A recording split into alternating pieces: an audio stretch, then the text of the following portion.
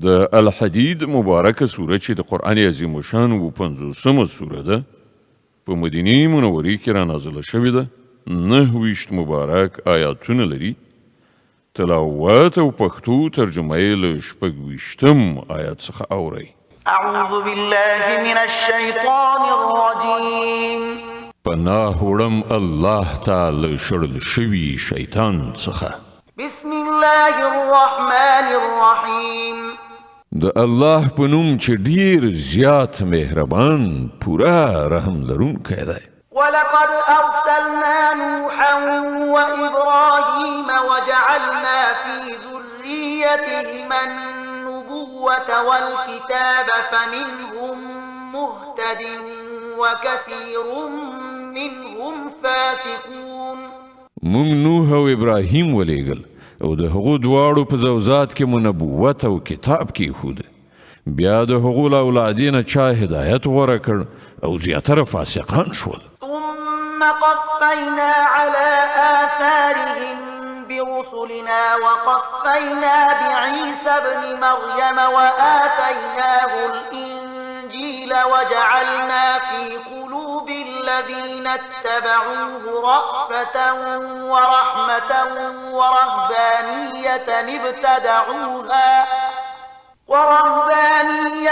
ابتدعوها ما كتبناها عليهم إلا ابتغاء رضوان الله فما رعوها حق رعايتها فآتينا الذين آمنوا منهم أجرهم وكثير منهم فاسقون. له هغو نه وروسته موږ پرلپسې خپل پیغمبران ولیږل او له هغو ټولو وروسته مو عیسی د مریم زوی ولیږه او هغه ته موږ انجیل ورکړ او کوم کسانو چې د هغه پیروي غوره کړه د هغو په زړونو کې موږ خواخوږي او رحم واچو او رهبانیت هغوی په خپله رامنځته کړ. موږ هغه پر هغو باندې نو فرض کړی خو د الله د رضا په لټه کې هغوی په خپله دغه بدعت راویست او بیا د هغه د رعایت چې کوم حق و هغه یې ادا نه کړ. له هغوی نه چې کومو کسانو ایمان راوړی و د هغو اجر موږ هغوی ته ورکړ خو له هغو نه زیاتره کسان فاسقان دي.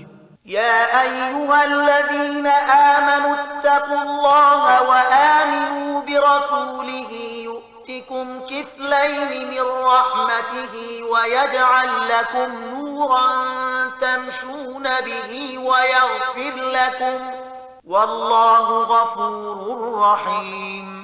ای هغو کسانو چې ایمان مو راوړی دی له الله نه وویریږئ او د هغه پر پیغمبر محمد باندې ایمان راوړئ. الله به تاسې ته د خپل رحمت 2 چنده برخه درکړي او تاسې ته به هغه نور په برخه کړي چې د هغه په رڼا کې به تاسې ځئ او ستاسې ګناه به در وبخي. الله ډیر بخښونکی او مهربان دی.